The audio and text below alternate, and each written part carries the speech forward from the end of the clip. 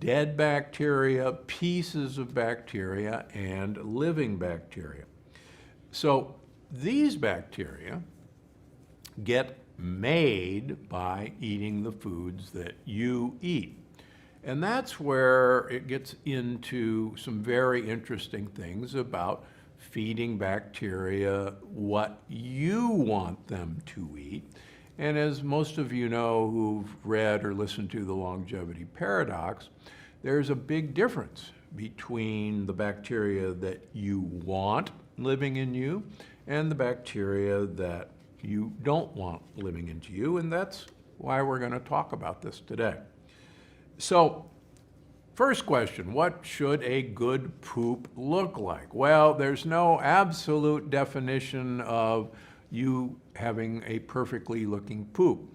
If you listen to my good friend Dr. Terry Walls, when you have a bowel movement, you should look into the toilet and see a giant coiled snake looking back at you.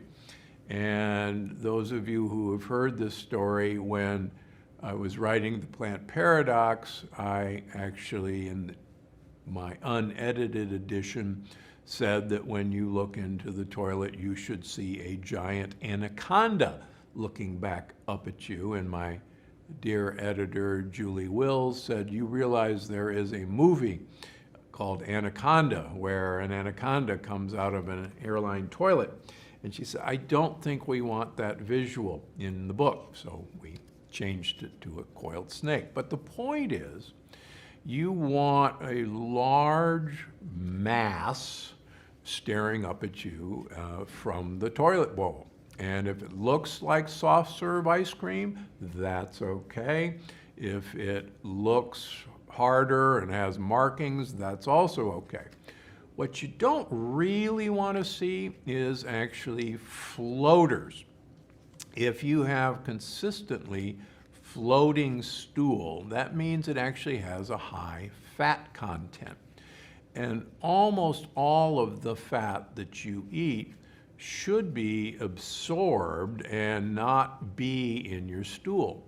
And that actually can mean that you have a digestive enzyme insufficiency.